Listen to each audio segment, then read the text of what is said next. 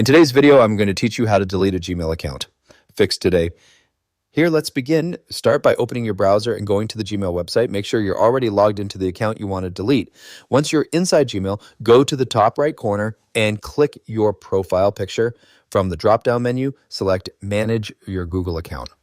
You'll be taken to your Google account settings. On the left-hand sidebar, click on Data and Privacy. Scroll down until you reach the section labeled More Options or Other Options to manage your data. Here, look for the option that says Delete your Google account, then click it.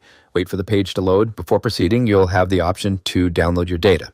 If you want to keep a copy of your emails, files, or other information, make sure to download it first. Next, you'll see a section that asks you to read the details carefully.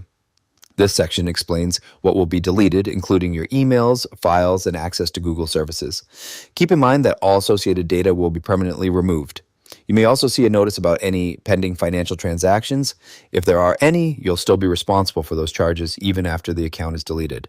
To continue, check the box confirming that you understand your financial responsibilities, then check the second box confirming that you want to permanently delete your Google account and all its data. Once you're sure, click the blue Delete Account button.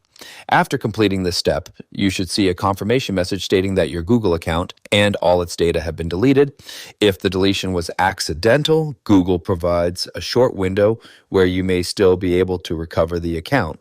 And that's how you can delete a Gmail account. That's it for this tutorial. If you have any questions or suggestions, feel free to leave a comment down below. If you'd like to see more videos like this, the subscribe button is free and helps support the channel so I can keep making helpful tutorials for you. I'll see you in the next video.